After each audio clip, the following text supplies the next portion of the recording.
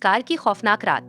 Scar एक नन्हा शेर का बच्चा जो जंगल के एक दफ्तर में काम करता था, आज देर तक काम करने के बाद वापस घर जा रहा था।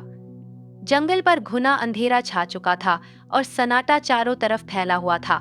चांद की रोशनी दरख्तों के झंड के बीच से छिन छिन कर आ रही थी और स्कार तेज कदमों से अपने घर की तरफ बढ़ रहा था। लेकिन आज का रास्ता कुछ अजीब लग रहा था, जैसे हर कदम पर कोई गैर मिरी आंखें उसे देख रही हों।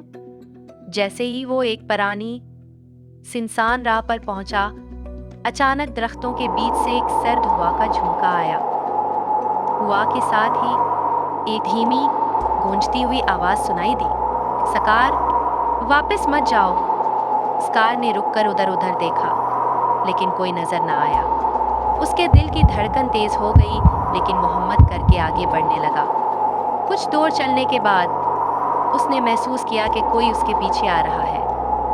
वो मुड़कर देखता तो अंधेरा था, लेकिन कदमों की आवाज वाज़ेह सुनाई दे रही थी। अचानक रास्ते के बीच एक बड़ा साया नमूदार हुआ। ये एक पासरार वजूद था जिसकी आंखें सुरख और चमकदार थीं।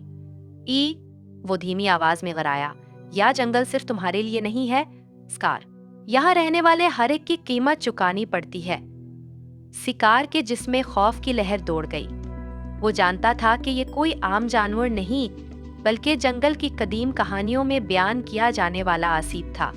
शिकार ने हिम्मत करके दौड़ लगाई, लेकिन रास्ता जैसे खत्म ही नहीं हो रहा था। पीछे से आवाजें और कहकहे इसका पीछा कर रहे थे। जब वो बलाखिर अपने घर पहुंचा तो सुबह का उजाला होने लगा था। स्कार कान पत्ते हुए दरवाजा बंद करके बैठ गया। उस रात के बाद उसने कभी तन्हा और देर से घर आने की हिम्मत नहीं की। जंगल की रातों में छुपी हकीकतें हमेशा उसे याद रही।